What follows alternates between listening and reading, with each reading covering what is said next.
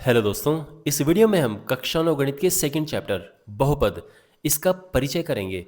तो इस वीडियो में हम पूरे चैप्टर के कॉन्सेप्ट करेंगे, हर एक चीज़ में आपको समझाऊंगा, सभी फॉर्मूले और उसके बाद मैं कुछ एग्जांपल्स भी बताऊंगा। तो इस वीडियो को देखने के बाद इस चैप्टर को लेके आपके सभी कॉन्सेप्ट एकदम स्ट्रांग हो जाएंगे और फिर आपको इस चैप्टर के क्वेश्चंस करने में कोई प्रॉब्लम नहीं होगी।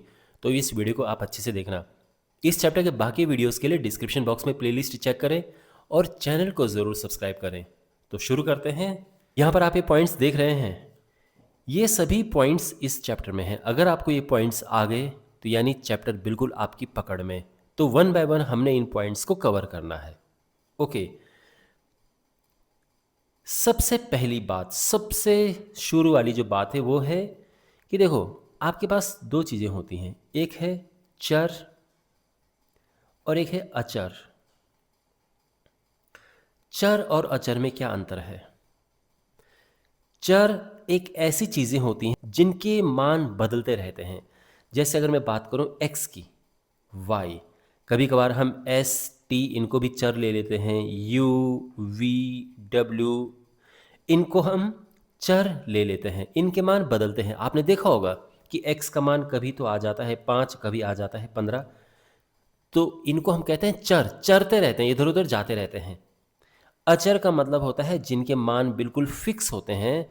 तो जैसे 2 है, 3 है, 1/2 है, √7 है ना। जैसे भिन्न में कोई संख्या है, जैसे दशमलव में कोई संख्या है, जैसे माइनस में कोई संख्या है, ये सभी संख्याएं अचर हैं।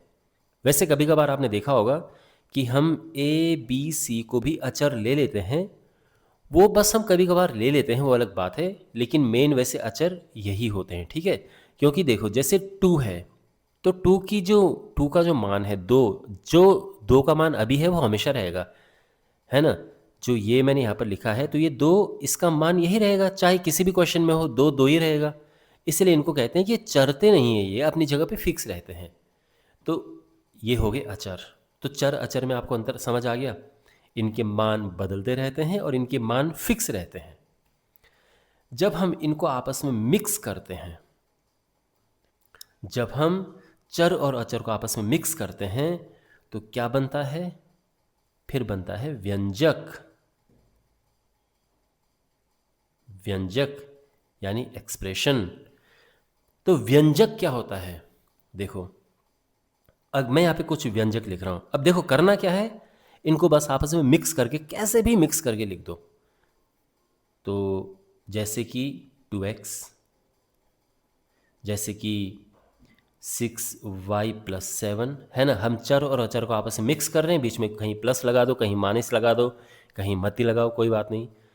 जैसे 7+1/z, जैसे 1/8+2y, या फिर जैसे √x+6, जैसे 1/x+1/y, जैसे 2x+3y+4z, y+√7। आपको समझ आ रहे हैं ना? ये सभी जो हैं ये व्यंजक हैं। 0.7x+1/y, ये जितने भी आपको दिख रहे हैं ये सभी के सभी व्यंजक हैं। तो व्यंजक सिंपली क्या होता है? चर और अचर को जब हम आपस में इकट्ठा करते हैं तो जो भी चीज़ बनती है उसको व्यंजक कहते हैं। सीधी बात ये है। तो यहाँ से चर अचर को इकट्ठा किया, बीच में प्लस माइनस का चिन्ह लगाया और हमें मिला व्यंजक। ठीक है, व्यंजक समझ आ गया। और किसी भी व्यंजक को अगर आप किसी के बराबर रख दें, जैसे इसके बराबर 0 रख दें, इसके बराबर 2 रख दें, तो जब आप बराबर रख दें तो उसको हम समीकरण कह देते हैं। तो समीकरण में क्या होता है, जैसे ऊपर 2x है ना, ये तो व्यंजक है, लेकिन अगर हमने 2x बराबर 5 रख दिया या 2x बराबर 0 रख दिया तो वो समीकरण बन जाएगा। तो इतना ही अंतर है व्यंजक और समीकरण में। इसके बाद है बहुपद। बहुपद समझने से पहले आपको मैं एक चीज़ समझाना चाहता हूँ। एक काम करता हूँ, मैं इसके ऊपर 2 लगा देता हूँ, इसके ऊपर 3 लगा देता हूँ, यहाँ पे एक और लिख देता हूँ मैं, 2x3 + y। ओके, यहाँ पे लिख देता हूँ मैं y2, ताकि अलग अलग घात भी रहे। अब देखो, ये चर है, इसमें चर क्या है y है, इसमें चर क्या है z है, इसमें y है, इसमें चर x है, इसमें चर x y है, इसमें चर x y z है। समझ गया ना चर। अब मुझे चरों की घातें बताओ। चर की घातें, तो घात होती है जो ऊपर लगी होती है, यहाँ पर लगी होती है, उसको घात कहते हैं। तो अगर मैं कहूँ यहाँ पर x की घात क्या है, तो जब कुछ लिखा नहीं होता है ना तो वो 1 होता है, तो ये इसकी घात 1 है। इसकी घात भी 1 है क्योंकि कुछ लिखा नहीं है। अब मुझे आप यहाँ पे इसकी घात बताओ, z की घात क्या है। तो देखो माय डियर, अगर ये z ऊपर जाता है तो क्या होता है, ध्यान से देखो, z अगर ऊपर जाएगा तो z की घात -1 हो जाएगा। तो यहाँ पे z की घात -1 है ना। अगर ये z नीचे है, ऊपर जाएगा तो -1 हो जाएगा। यहाँ पर y की घात 1 है, यहाँ पर चर क्या है, x है ना, तो x की घात क्या है। तो देखो रूट का मतलब होता है घात आधा, तो इसमें इसकी घात हाफ है। इसकी घात क्या है, तो देखो ये भी जब ऊपर जाएगा तो इसकी घात -1 हो जाएगी, ये ऊपर जाएगा तो इसकी घात भी -1 हो जाएगी। ठीक है, जब घात ऊपर जाती हैं तो चिन्ह बदल जाते हैं। इसकी घात 2 दिख रहा है, इसकी घात 3 दिख रहा है, इसकी घात 1 है, इसकी घात 2 है। ठीक है, x की घात क्या है, 1 है यहाँ पर। ठीक है, y की घात क्या है, ये -1 है। यहाँ पे x का 3 साफ दिख रहा है, यहाँ पे y की घात 1 है। तो मैंने सब जितने चर हैं, ध्यान रखना चर की बात कर रहा हूँ मैं, क्योंकि वही मैटर करता है, उनकी घातें मैंने लिख दी हैं। ये समझ आ गया आपको, कुछ मुश्किल नहीं होनी चाहिए। ध्यान रखना, जिन बच्चों को एक कन्फ्यूज़न हो रही है कि ये -1 कैसे हो गया, होता ये है कि जब ऊपर जाता है, जैसे x की घात 2 है, तो जब ये ऊपर जाएगा तो इसमें माइनस घात हो जाती है। तो हम यही देखते हैं, नीचे नहीं घात देखते हैं, घात ऊपर आकर देखते हैं कि ऊपर आके इसकी घात कितनी बनी है। तो अगर हमारे पास मान लो कि इस तरह से है 1/x² प्लस 2y, तो यहाँ पर x की घात क्या होगा, -2 होगा, क्योंकि ऊपर आके घात के चिन्ह बदल जाते हैं, प्लस का माइनस, माइनस का प्लस हो जाता है। ठीक, इसी तरह से अगर मैं कहूँ 1/x घात -1, 1/y की घात -2, ये है, तो क्या होगा ये, तो यहाँ पर ये जब ऊपर जाएगा तो इसकी घात चिन्ह बदल जाएगा, तो माइनस का प्लस हो जाएगा, है ना। और ये भी ऊपर जाएगा, यानी ये चीज़ क्या बन जाएगी, 1 प्लस, और ये ऊपर देखो हर बार प्लस हो ज़रूरी नहीं है, ठीक है, माइनस भी हो सकता है। और ये ऊपर जाएगा तो घात प्लस, ये -2 का +2 हो जाएगा। तो इसको हम ऐसे लिख सकते हैं। अब बात करते हैं कि बहुपद किसे कहते हैं। तो देखो बहुपद क्या है, बहुपद व्यंजक ही होते हैं, लेकिन सारे व्यंजक बहुपद नहीं होंगे। बहुपद केवल वही व्यंजक होंगे जिनमें चरों की घातें पूर्ण संख्या में होती हैं। मतलब पूर्ण संख्या क्या होती है, देखो मैं पहले तो परिभाषा यहाँ पर लिख रहा हूँ। वे व्यंजक जिनमें चरों की घात पूर्ण संख्या होती हैं। तो पूर्ण संख्या होती है का मतलब पूर्ण संख्या होता है 0, 1, 2, 3, 4, 5, 6, 7, 8, 9, बस ये होना चाहिए। तो अगर आपको किसी व्यंजक में चर की घात, ध्यान रखना चर की घात, चरों की घातें, ठीक है, वही ध्यान रखना, अगर आपको 1/2 दिख गया तो ये बहुपद नहीं होगा।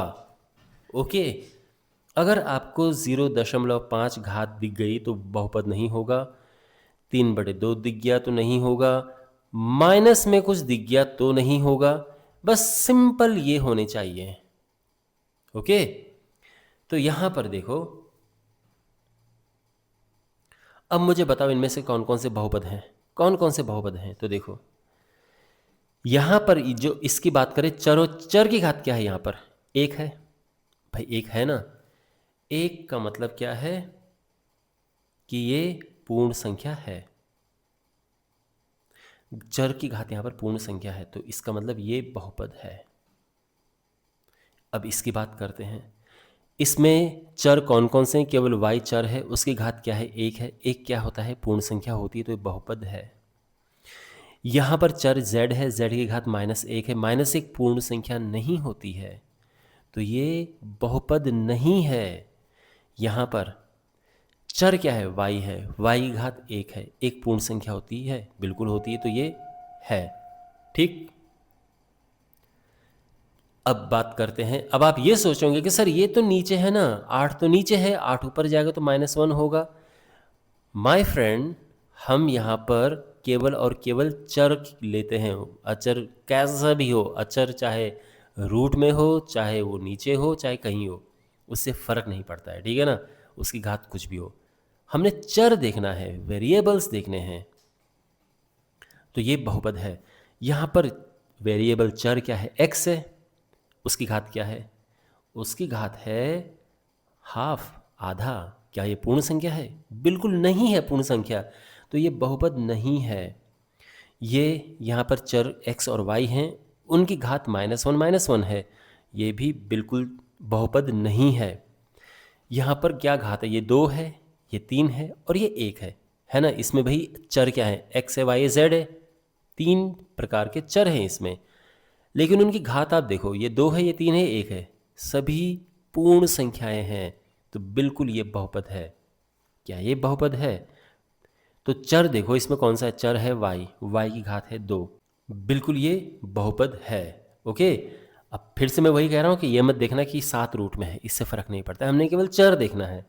यहाँ पे देखो, जो चर है वो है एक x और एक y, ये तो ठीक है, लेकिन ये तो पूर्ण संख्या नहीं है ना, और पूर्ण संख्या सब होनी चाहिए, ये नहीं कि ये नहीं है तो काम चल जाएगा, नो, सभी की घात पूर्ण संख्या होनी चाहिए, तो ये नहीं है। ओके, अब ये इसकी घात 3, इसकी 1 बिल्कुल है।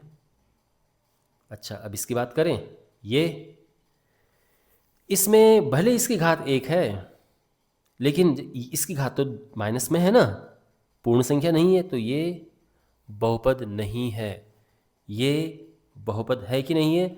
ये ऊपर गया था, ये आया, ये ऊपर जाके ये आया था, यहाँ पर घात 1 और 2 है, और ये क्या है, ये पूर्ण संख्याएं हैं, तो यानी ये बहुपद है।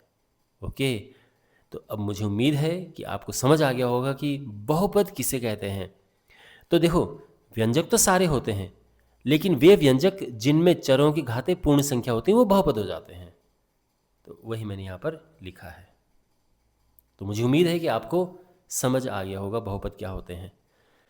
अब देखो, यहाँ पर आप एक शब्द सुनने को मिल रहा होगा, बहुपद। पद, ये पद क्या है?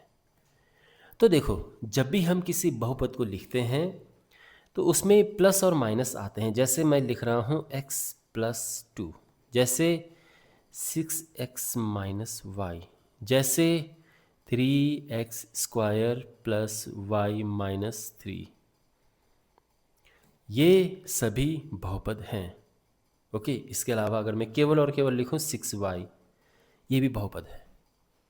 तो देखो, यहाँ पर क्या है कि ये जो बहुपद हैं, जैसे ये एक बहुपद ये है, एक ये है, एक ये है, 4 यहाँ पर बहुपद मैंने लिखे हैं अलग अलग। इसमें क्या होता है कि जो ये प्लस है या माइनस है, ये जिन चीज़ों को अलग करता है उनको हम पद कहते हैं, सीधी बात ये है। तो यहाँ पर क्या है, प्लस ने इनको और इनको अलग किया ना, तो एक पद ये हो गया और एक पद ये हो गया, तो ये 2 पद हो गए हैं। तो प्लस और माइनस क्या करते हैं, पदों को अलग अलग करते हैं। जैसे यहाँ पर एक पद ये है, एक पद ये है, क्योंकि ये माइनस ने इनको अलग कर दिया है।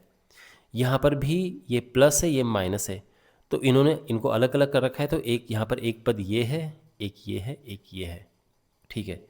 ये सिंगल पद है क्योंकि बीच में कोई प्लस माइनस नहीं है। आप ये मत बोलना कि एक ये है और एक ये है, नो, ये एक ही पद है, सिंगल पद है, ठीक है ना।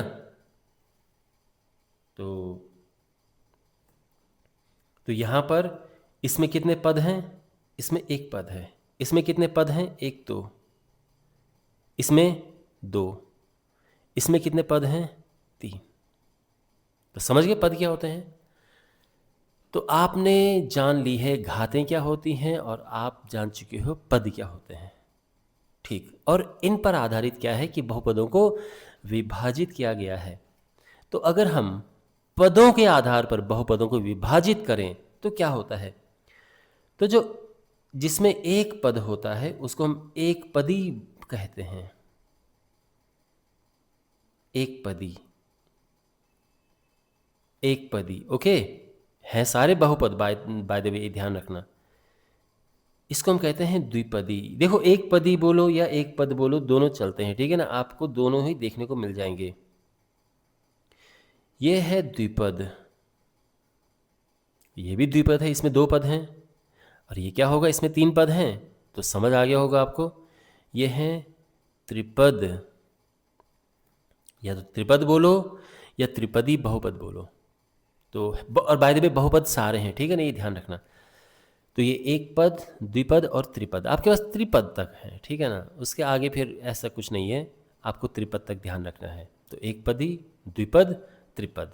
तो पदों के आधार पर इस तरह से विभाजन हो जाता है, लेकिन घात के आधार पर भी विभाजन होता है। आपको याद होगा कि कुछ देर पहले मैंने आपको बताया था कि जो चर हैं उनकी घात क्या होती है, लेकिन चरों की घात एक अलग चीज़ है और बहुपद की घात अलग चीज़ होती है। तो यहाँ पर मैं आपको बता रहा हूँ बहुपद की घात। किसी भी बहुपद की घात क्या होती है, तो सीधी बात यह है, जो भी इसमें चर हैं, तो सबसे बड़ी घात, चरों में सबसे बड़ी घात। तो आपने क्या देखना है कि देखो वहाँ पे चर कौन कौन से हैं और उनमें सबसे बड़ी घात किसकी है, वो बहुपद की घात हो जाएगी। तो अगर मान लो कि एक बहुपद है 6x² plus y³ plus z, इसकी घात क्या होगी। तो यहाँ पे चर x है, y है, z है। x एक चर है, उसकी घात 2 है, y की घात 3 है, z की घात 1 है ना। जब लिखा नहीं होता है घात तो 1 होती है। सबसे बड़ी घात कौन सी है, तो सबसे बड़ी तो 3 है, तो इस पूरे बहुपद की घात भी 3 हो गई है। तो बहुपद की घात कौन सी होती है, जो सबसे बड़ी घात होती है किसी भी चर की। सभी चरों को देखेंगे और उनमें सबसे बड़ी घात हम स्पॉट करेंगे। ओके, इसके अलावा अगर हमारे पास है x माइनस 6, इसकी घात बताओ। तो इसमें चर कौन सा है, इसमें चर ये है, इसकी घात 1 है, तो इस पूरी की घात भी 1 ही होगी, अकेला ही है वो, ठीक। अगर हमारे पास है x की घात 2 प्लस 5 की घात 6, अब बताओ, अब बताओ। तो जिन बच्चों के मन में ये विचार उठ रहे हैं कि भाई यहाँ पर घात 6 होगी, ऐसा नहीं है। हमने केवल चर देखने हैं। चर यहाँ पर x है और इसकी घात है 2, तो ये पूरे बहुपद की घात भी 2 हो गई है। तो बहुपद की घात होती है जो सबसे बड़ी घात होती है किसी भी चर की। मान लो कि हमारे पास है x plus Y plus 6z, इसकी घात बताओ।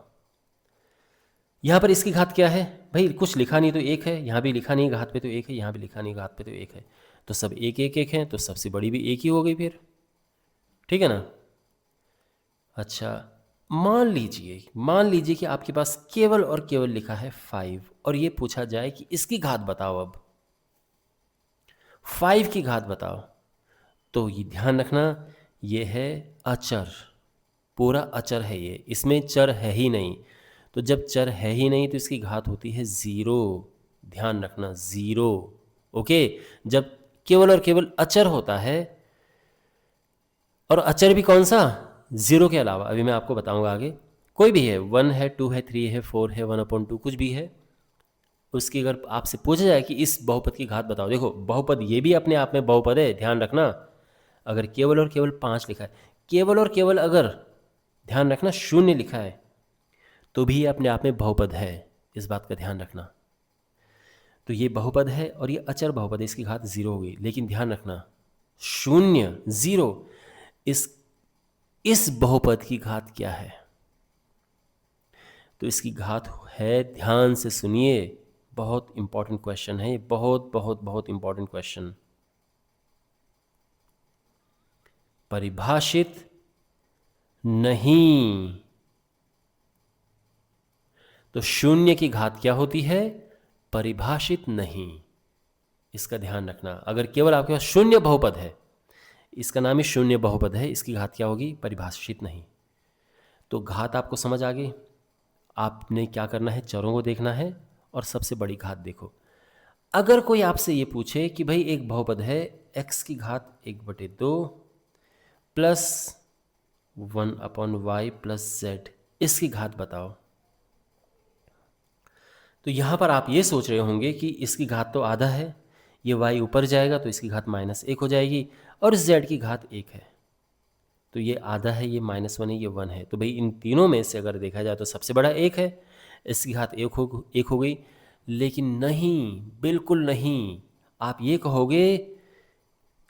कहोगे कि भाई ये तो बहुपद ही नहीं है।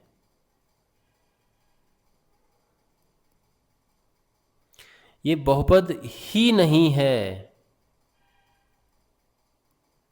तो इसकी कोई घात ही भी नहीं होगी। ओके, इसमें भी आप चाहो तो परिभाषित नहीं लिख सकते हो, बट लेकिन आप सीधा कहोगे कि ये तो बहुपद ही नहीं है। तो बहुपद ही नहीं है तो बहुपद की घात पूछने का क्या मतलब है? तो ये भी थोड़ा ट्रिक क्वेश्चन, क्या पता कभी आपके पास आ जाए। वैसे आएगा नहीं, बट रेयर चांस है। ज्ञान तो होना चाहिए ना, एग्जाम में भले आए ना आए। तो ये है, तो आपको घात आ चुका है। अब घातों के आधार पर बहुपदों का विभाजन होता है। तो सबसे पहले देखो बात करते हैं, जब घात होती है 1,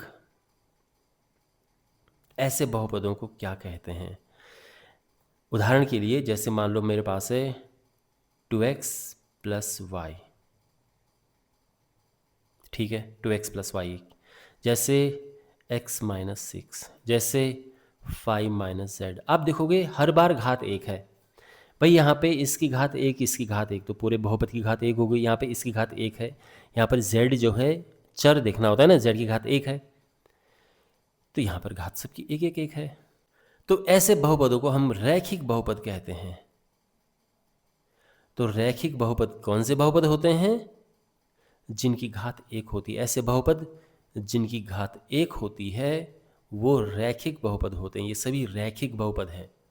वैसे आपकी जानकारी के लिए मैं बता दूं कि ये रैखिक बहुपद इसलिए कहते हैं इन्हें, क्योंकि जब हम इसको एक ग्राफ में बनाते हैं ना, देखो कोई भी बहुपद है उसको हम ग्राफ में ड्रॉ कर सकते हैं, तो एक सीधी रेखा आती है।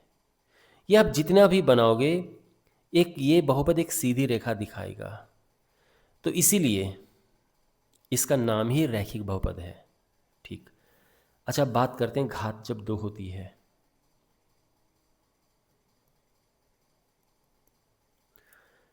घात जब 2 होती है तो ऐसे बहुपदों को हम कहते हैं द्विघात बहुपद। कितना आसान है याद करना।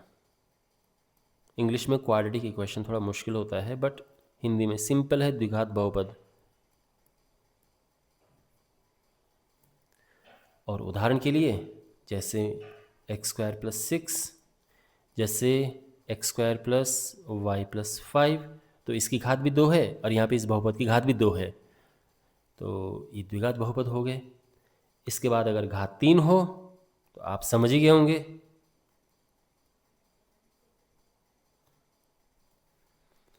इनको हम कहते हैं त्रिघात बहुपद। त्रिघात बहुपद में बहुपद की घात 3 होती है, तो जैसे x³ + 5x + 3, ये त्रिघात बहुपद हो गए। ठीक है ना? तो सिंपल है, मेन आपके पास ये त्रिघात तक है। इसके बाद घात 0 वालों को भी तो कुछ कहेंगे ना, जिनकी घात 0 होती है। ऐसे बहुपदों को हम कहते हैं अचर बहुपद। ऐसे बहुपद अचर बहुपद होते हैं जिनकी घात 0 होती है। उदाहरण के लिए मैं एक आध आपको एग्जाम्पल देता हूँ। जैसे केवल अगर मैंने 5 लिखा है तो ये अपने आप में एक अचर बहुपद है। अगर मैंने केवल 2/3 लिखा है, ये अपने आप में अचर बहुपद है। अगर मैंने -6 लिखा है, अपने आप में अचर बहुपद है। ये तीनों अचर बहुपद हैं। और अगर मैं इनकी घात की बात करूँ तो ये 0 है। और फाइनली बात करते हैं शून्य बहुपद की। और शून्य बहुपद केवल शून्य होता है, और जैसे कि मैं पहले ही बता चुका हूँ कि इसकी घात होती है परिभाषित नहीं। आपके पास क्वेश्चन आएगा शून्य बहुपद की घात क्या होती है, आंसर होगा परिभाषित नहीं। करेक्ट है? ओके, अब नेक्स्ट टॉपिक है बहुपदों के शून्यक। तो इसमें हम 2 टॉपिक एक साथ पढ़ेंगे, बहुपदों के शून्यक और बहुपद का मान। कोई भी बहुपद है उसको लिखने का एक तरीका होता है। तो कोई बहुपद ले लेते हैं x² + x + 2, इससे हम लिखते हैं p ऑफ x, मतलब इस तरह से लिखते हैं बहुपद को। तो ये जो है ये बहुपद में थोड़ा सा हम इस तरह से लगाते हैं ताकि हम इसमें मान रख सकें। तो ये बहुपद लिखने का तरीका है। हम कभी कभार ऐसे भी लिख सकते हैं, gx नाम दे सकते हैं इसको, x माइनस 6, या हम f ऑफ x भी आपको देखने को मिल सकता है कि एक्स स्क्वायर माइनस 4। तो इस तरह से बहुपदों को हम लिखते हैं। ये अब देखो, इसमें बहुपद का मान, सीधी बात तो यह है कि बहुपद का मान यानी हमने निकालना है कि पी एक्स रखना है हमने 1 2 3 4 जो भी होगा x का मान हमने रखना है। उसके बाद जो ये मान आएगा ये होगा बहुपद का मान। तो अगर मैं आपसे ये कहूँ कि हमारे पास मान लो ये है और हमने इस बहुपद का मान याद करना है x बराबर 1 पर,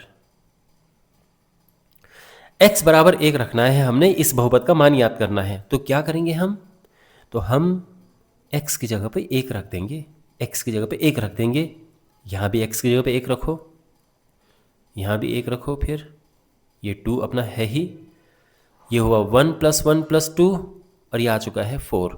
तो इस बहुपद का मान 4 है x बराबर 1 पे। अगर इस बहुपद का मान हमने ज्ञात करना हो x बराबर 1 पे, तो 1 - 6 ये हो जाएगा -5, और इसका मान अगर ज्ञात करना हो 1 पे तो ये हो जाएगा 1 का स्क्वायर करेंगे हम -4। ज़रूरत नहीं भी, मतलब आप लगा भी सकते हो, नहीं भी लगा सकते हो, फ़र्क नहीं पड़ता है, ठीक है, स्क्वायर ब्रैकेट यहाँ पर। तो 1 - 4 यानी -3। तो हमने इन बहुपदों का मान ज्ञात कर दिया है, ठीक है। अगर कोई पूछे कि ये बहुपद है, इसका x बराबर 1 पर इस बहुपद का मान ज्ञात कीजिए, तो ये हमने इसका मान ज्ञात कर दिया है। ये तो है बहुपद का मान, समझ गए। बहुपद का मान मतलब जो इस पूरे का मान आएगा, इस पूरे का मान आएगा, ये है बहुपद का मान।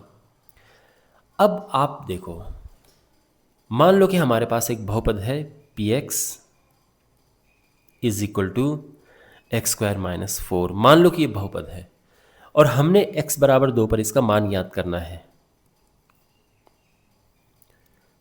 x बराबर 2 पर इसका मान ज्ञात करना है, तो x बराबर 2 रखेंगे हम, तो क्या आएगा, तो यह आया 2² - 4 यानी 4 - 4, और ये 0 आ गया है। समझ गए, क्या आया है, 0 आ गया है, बहुपद का मान 0 आ गया है। और जब भी ऐसी परिस्थिति आती है, जब भी बहुपद का मान 0 आता है, तो इसको हम, या तो ठीक है ना, या तो px लिखो या फिर बहुपद लिखो, शून्यक। तो हम ये कहेंगे कि चूंकि x बराबर 2 रखने पर, यहाँ पे 2 लिखेंगे, ठीक है, 2 हमने रखा था। बहुपद हम या तो बहुपद लिखो या px लिख दो, बात एक ही है। px भी एक बहुपद को ही बता रहा है। मेरा कहने का ये मतलब है, दोनों लिख सकते हैं। बहुपद का मान 0 आ रहा है,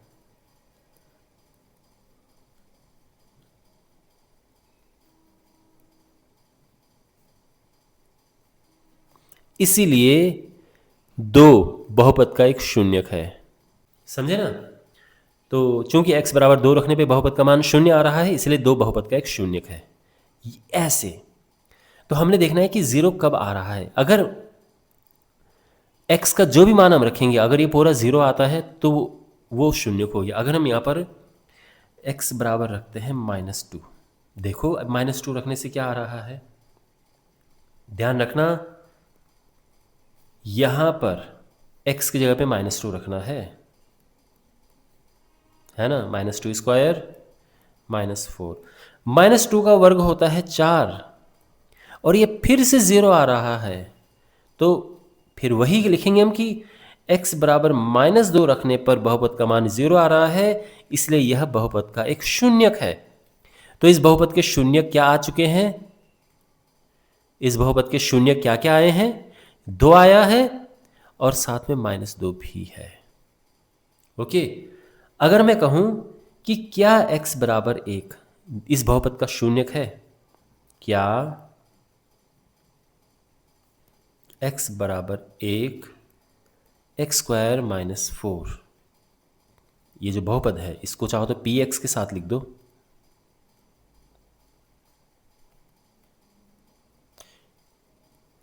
का एक शून्यक है, तो आप समझ ही गए होंगे।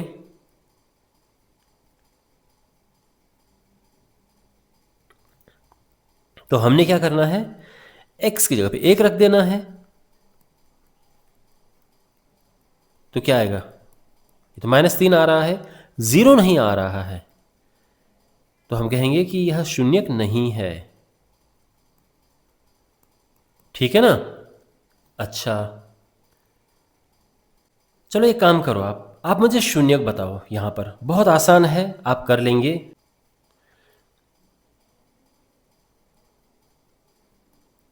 x -5 इसका शून्यक बताओ। इसका मतलब ये है कि x बराबर क्या रखने से, x बराबर क्या रखने से ये चीज़ 0 हो जाएगी। तो साफ आपको दिख रहा है कि अगर हम 5 रखेंगे तो पूरा 0 हो जाएगा, 5 -5, है ना। लेकिन इसको रखने का तरीका है। तो क्वेश्चन आपके पास ये आ जाएगा कि इसके शून्यक ज्ञात कीजिए। कैसे करते हैं शून्य, कैसे ज्ञात करते हो? तो सबसे पहला स्टेप होता है, जो px है इसको हम 0 रखेंगे। पहला स्टेप यही है कि इसको 0 रखो, यानी इससे 0 रखो। और इससे क्या मिला x, इससे मिला 5। तो इसीलिए 5 दिए हुए बहुपद का शून्यक है। ठीक है, इस तरह से शून्य ज्ञात करते हैं। अच्छा, अब अगर क्वेश्चन आपके पास इस तरह से आए कि आपके पास है gx बराबर x² - 9, इसके शून्य ज्ञात करने हैं। तो वही है कि gx बराबर 0 रखने पर, क्योंकि इसको हम 0 रखते हैं, ये 0 आना चाहिए, वही तो शून्यक होता है। तो x² बराबर x² - 9 0 हुआ, x² हुआ 9 और x होगा +-3, ध्यान रखना। तो 3 n -3 हम ऐसे लिख सकते हैं, और ये हमारे आंसर हैं। आप कह सकते हो कि दिए हुए बहुपद का शून्यक 3 और -3 है। ऐसे हम शून्य ज्ञात करते हैं। ठीक है, कभी कभार आपको गुणनखंड करने को आ जाता है आपके पास, जैसे x² - 5x + 6, इसके शून्य ज्ञात कीजिए। कैसे करेंगे, वही कि इसको हम 0 रखेंगे, फिर ये 0 हो जाएगा,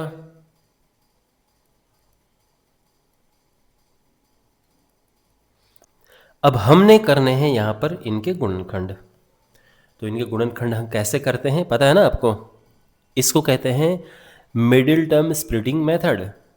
6 के ऐसे गुणनखंड करो जिसको जोड़ के प्लस करके 5 आए, तो वो होता है 3 दूने 6, 3 और 2, तो यानी x² - 3x - 2x + 6 = 0। देखो देखो दोस्तों, अगर आपको ये गुणनखंड करना नहीं आता है तो आप सब काम छोड़ के पहले गुणनखंड सीखो।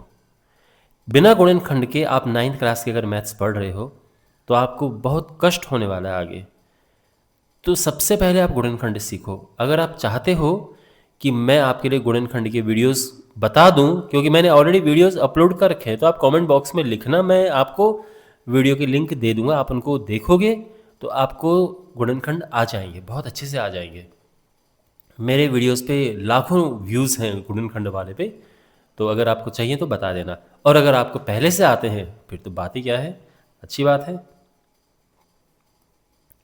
तो यहाँ से कॉमन आया x - 3,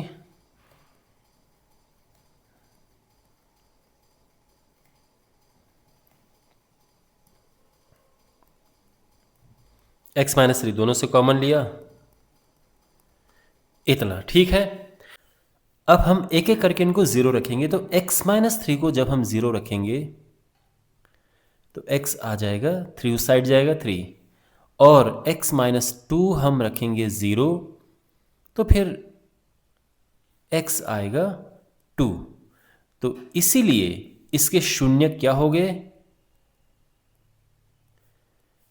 एक 2 है और एक 3 है। ऐसे करके हम शून्य ज्ञात करते हैं। तो सिंपल ये है कि इसे ज़ीरो रखना है। ये जो चीज़ है इसको आप ज़ीरो रखेंगे और जो भी यहाँ पर देखो, यहाँ पर x लिखा है लेकिन कभी कभार आपको y भी लिखा हुआ मिल सकता है, इस बात का ध्यान रखना। यानी आपको यहाँ पर इस तरह से भी मिल सकता है कि fy बराबर वाई स्क्वायर माइनस 1, ये मिल सकता है। तो जो यहाँ पर लिखा होगा आपको ये वहाँ पे यहाँ पर वही दिखेगा, ठीक है। हो सकता है कि t लिखा हो तो ये हो जाएगा 2t² माइनस 1। तो अगर आपके पास क्वेश्चन ये है कि इसके शून्य ज्ञात करो, है ना, मतलब क्वेश्चन है कि f t is equal to 2t² minus 1 के शून्य ज्ञात करो, तो कैसे करेंगे? सिंपल सी बात है, वही जो हम करते आ रहे हैं कि इसे हम ज़ीरो रख देंगे, यानी जो यहां पर बहुपद है उसे हम ज़ीरो रख देंगे।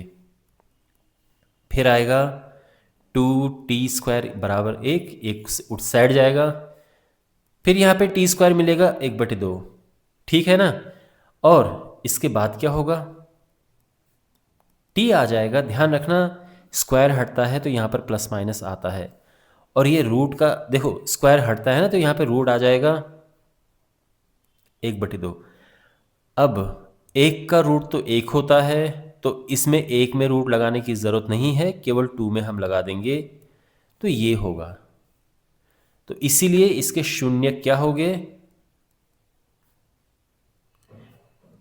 एक 1/√2 है और दूसरा -1/√2। इस तरह से हम शून्य ज्ञात करते हैं, ठीक है।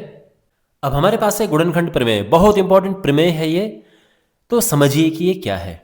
देखिए, गुणनखंड प्रमेय हमारे पास है कि मान लीजिए कोई बहुपद है px, कोई बहुपद है, ये कोई भी मान लीजिए कि ये हो सकता है x² माइनस 5x प्लस 6 हो या कुछ भी हो, ऐसा कोई बहुपद हमारे पास है। ओके, इसका अगर एक शून्यक है, मतलब ये मैंने उदाहरण दिया है, ठीक है। px कोई बहुपद है, x बराबर a रखने पर ये ज़ीरो होता है।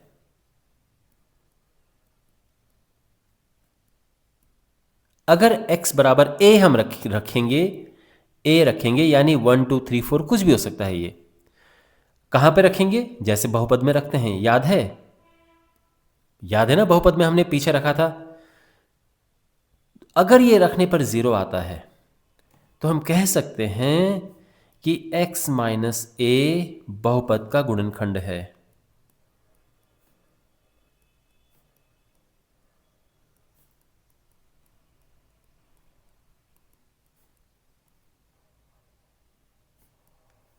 है ना, यही गुणनखंड प्रमेय है। और इसमें जो a होगा उसे हम क्या कहते हैं? उसको तो हम शून्य कहते ही हैं। भाई ये चीज़ अभी आपने शुरू पढ़ी है कुछ देर पहले आपने, कि अगर आप कुछ रखते हो तो वो शून्य हो जाता है ना, अगर ज़ीरो आ रहा है। ये देखो,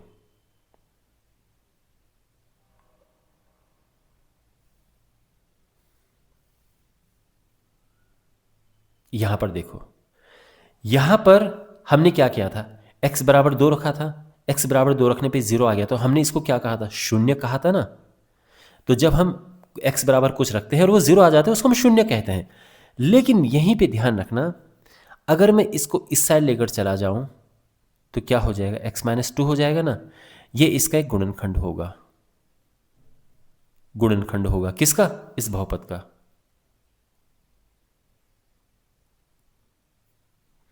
इसके अलावा हमने x बराबर -2 इसमें रखा था और तब भी ज़ीरो आया था। तो जब जब ज़ीरो आता है आप इसको इस साइड लेकर जा सकते हैं, और अब ये एक गुणनखंड है। समझ गए आप? अच्छा, यहाँ पे तो एक रख के इसमें ज़ीरो नहीं आया था, तो इसको हम फिर इधर लेके नहीं जा सकते हैं गुणनखंड बनाने के लिए। तो ये है। तो कहने का ये मतलब है कि अगर कुछ रख के ये बहुपद ज़ीरो आ गया तो हम कह सकते हैं इसको उधर ले जाके कि ये इसका गुणनखंड है। अब मैं आपको एक उदाहरण देता हूँ। हमारे पास एक बहुपद है px बराबर x² माइनस 5x प्लस 6 ये है। ठीक है, अब क्या करो कि यहाँ पर x की जगह पे कुछ मान रखो, x की जगह पे रखो। वैसे तरीका ये कहता है कि जो लास्ट में लिखा है ये नंबर, देखो कि इसके गुणनखंड क्या क्या होते हैं। तो इसके गुणनखंड देखो, 6 का गुणनखंड वैसे 2 है, 3 है, ये तो आप जानते ही हैं, लेकिन एक भी होता है। मैं क्या बताना आपको चाह रहा हूँ, मैं ये चाह रहा हूँ कि देखो 0 कब कब आएगा। तो हम क्या करेंगे, जो 6 है, जो लास्ट में नंबर लिखा है, इसके गुणनखंड लिखो। तो इसके गुणनखंड आप, मैंने बताया, 1 होता है, 2 होता है और 3 होते हैं। 2 3 तो साफ दिख ही रहे हैं, 2 3 6, एक भी होता है, कहने को तो 6 भी है भाई। इन सब का इसमें भाग चला जाता है ना, तो हुए ना ये इसके गुणनखंड। ओके, अब हम क्या करते हैं, प्लस और माइनस लेते हैं, प्लस और माइनस लेते हैं, ध्यान रखना।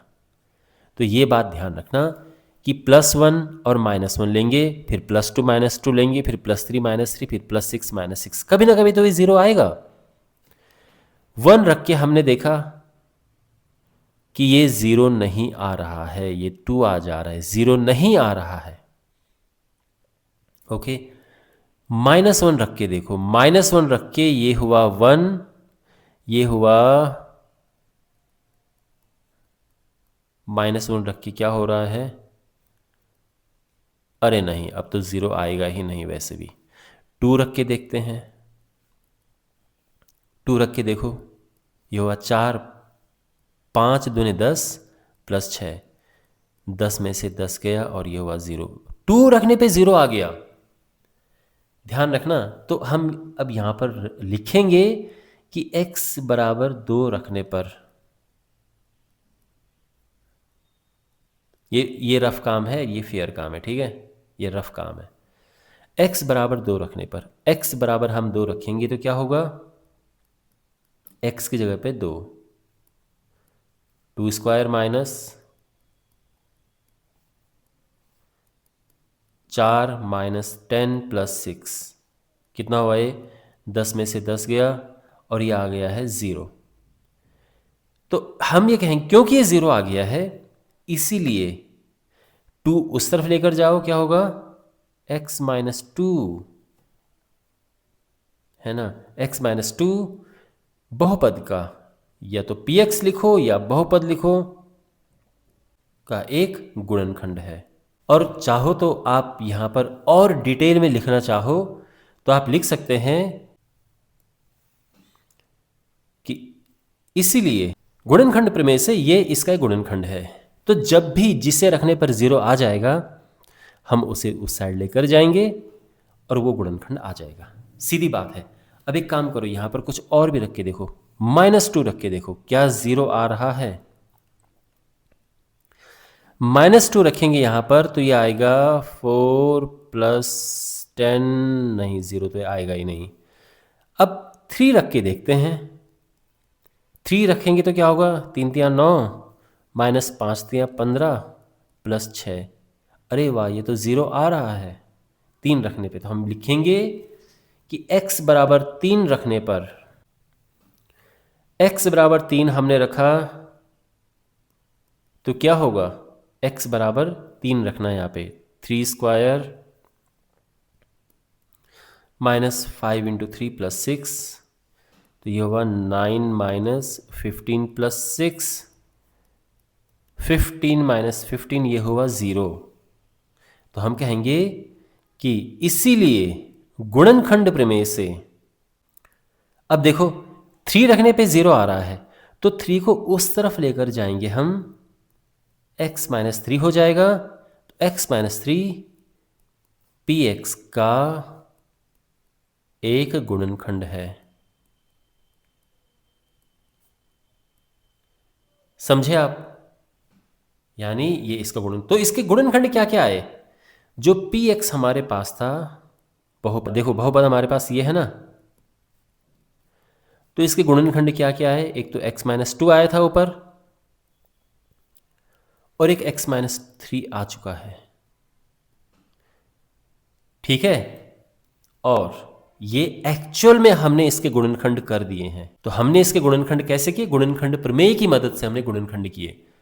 तो अगर आपके पास कभी प्रश्न आए कि इसके गुणनखंड कीजिए गुणनखंड प्रमेय की मदद से, तो आप ऐसे भी कर सकते हैं। लेकिन एक बात का ध्यान रखना दोस्तों, बहुपद की जो घात होती है उसके अधिकतम उतने ही शून्यक होते हैं, मतलब उससे ज़्यादा उसके शून्यक नहीं हो सकते हैं। उससे कभी कभार कम हो जाते हैं, वो अलग कहानी है। लेकिन यहाँ पर बहुपद की घात 2 है, तो आप ये मत समझना कि इसके 3 शून्यक मिल जाएंगे। मतलब हमने 2 रखा 0 आया था, तो x-2 इसका गुणनखंड आया था। हमने 3 रखा 0 आया, तो x-3 गुणनखंड आया। तो अब आप ये सोच रहे कि यार एक काम करते हैं 6 रख के देखते हैं, क्या पता एक और गुणनखंड आ जाए। नहीं आएगा, 2 शून्यक इसके आ चुके हैं, बस जो इसकी घात होती है उससे ज़्यादा शून्यक इसके नहीं आ सकते हैं। तो इसकी घात आप देख रहे हैं 2 है ना, तो इसके जो शून्यक होंगे इसके अधिकतम 2 ही शून्यक होंगे। और फिर इस तरह से जब हम गुणनखंड ज्ञात करेंगे तो 2 ही गुणनखंड ज्ञात कर पाएंगे हम फिर। तो इसके यही 2 गुणनखंड होंगे। बात समझ आ गई ना। तो यहाँ पर आपने देखा कि गुणनखंड प्रमेय की मदद से हमने इसके गुणनखंड कर दिए हैं।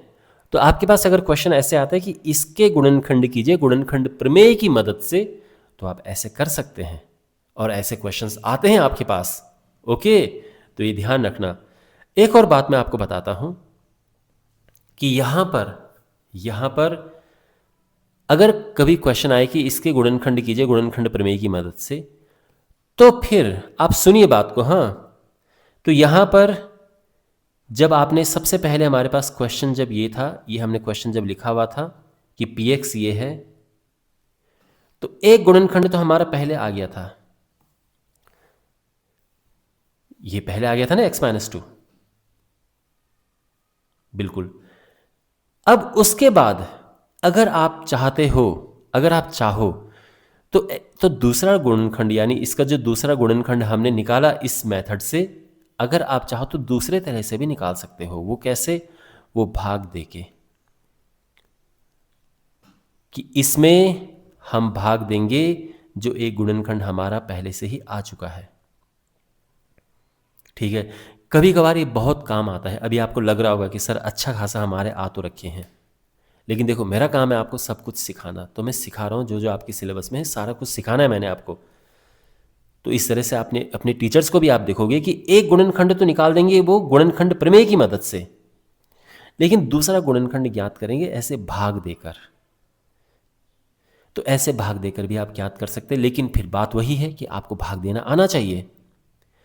अब भाग देना आना चाहिए, ये कोई छोटा टॉपिक तो है नहीं, ये बहुत बड़ा टॉपिक है। तो अगर मैं यहाँ पर भाग देना आपको समझाऊंगा तो इसमें लगेगा बहुत सारा समय, और ये वीडियो जो पहले से इतना लंबा हो चुका है और भी ज़्यादा लंबा हो जाएगा। तो ये भाग देने का जो प्रोसेस, वैसे मैं इसे कर देता हूँ यहाँ पे, कहीं आपको लगेगा सर इसको छोड़ के जा रहे हैं। देखो यहाँ पर एक x है, ये x है, तो इसमें x का हम गुणा करेंगे तो ये x स्क्वायर हो जाएगा, और फिर ये इस चिन्ह बदलेंगे तो ये कटेगा ही, और ये आ जाएगा 3x माइनस का, क्योंकि माइनस बड़ा है। फिर इसमें किसका गुणा करें कि ये आ जाए -3 का, तो ये हो जाएगा -3x माइनस माइनस का +6। चिन्ह बदलेंगे, माइनस का प्लस हुआ, प्लस का माइनस हुआ, ये भी कटा, ये भी कटा, और ये हो गया भाग, x-3 आ गया ना। तो ये जो चीज़ है, तो हम लिखेंगे कि इसीलिए x² माइनस 5x + 6 ये बराबर होता है ये गुणा ये। वो तो आप वैसे भी देखते हो, मान लो कि 5 से आप 10 को भाग दे रहे हो, तो 5 दूनी 10 आता है ना, तो होता है ना ये बराबर ये गुणा ये। तो वही हमने यहाँ पर लिखा है कि ये बराबर ये गुणा ये। ओके, लेकिन यहाँ पर किस तरह से मैंने किया है, ये पूरा एक डिफरेंट वीडियो का टॉपिक है, तो इसको मैं दूसरी वीडियो में लेके आऊँगा। लिंक आपको डिस्क्रिप्शन बॉक्स में मिल जाएगा, बड़े आराम से, कोई कष्ट वाली बात नहीं है। तो फिर आप उसमें डिटेल में मैंने आपको सिखा रखा है कि कैसे बहुपदों का विभाजन हम करते हैं, तो आप वो वीडियो ज़रूर देखना, ठीक है। इसके अलावा इसमें एक और टॉपिक है, वो है सर्वसमीकरण, जिसमें सारे फॉर्मूले हैं कि x² माइनस y² क्या होता है, और या फिर x + y का होल स्क्वायर का फॉर्मूला क्या होता है। ये भी एक लंबा टॉपिक है, तो ये भी जो वीडियो है वो मैंने अलग से बना रखा है, और उसका वीडियो भी जो लिंक में डिस्क्रिप्शन है उसमें मिल जाएगा आपको, ठीक है। तो वो उसको भी आप अच्छे से देखना, और सारा क्लियर हो जाएगा। तो सब आपके पास है, बस आपको डिस्क्रिप्शन में क्लिक करना होगा। जो प्लेलिस्ट है, पूरे इस चैप्टर के जितने वीडियोज़ हैं सबकी मैंने प्लेलिस्ट बना रखी है और उसमें आपको मिलेगी। तो मुझे उम्मीद है कि आपको वीडियो अच्छे से समझ आया होगा। अपना फीडबैक कमेंट बॉक्स में ज़रूर देना। इस चैप्टर के जितने वीडियोस हैं, कॉन्सेप्ट हो गया, एक्सरसाइज हो गया, एक्स्ट्रा क्वेश्चन, सबके लिंक आपको इस वीडियो की डिस्क्रिप्शन में जो प्लेलिस्ट है उसमें मिल जाएंगे। चैनल को ज़रूर सब्सक्राइब करें और वीडियो को अपने दोस्तों के साथ में शेयर करें। तो मिलते हैं अगले वीडियो में। Take care.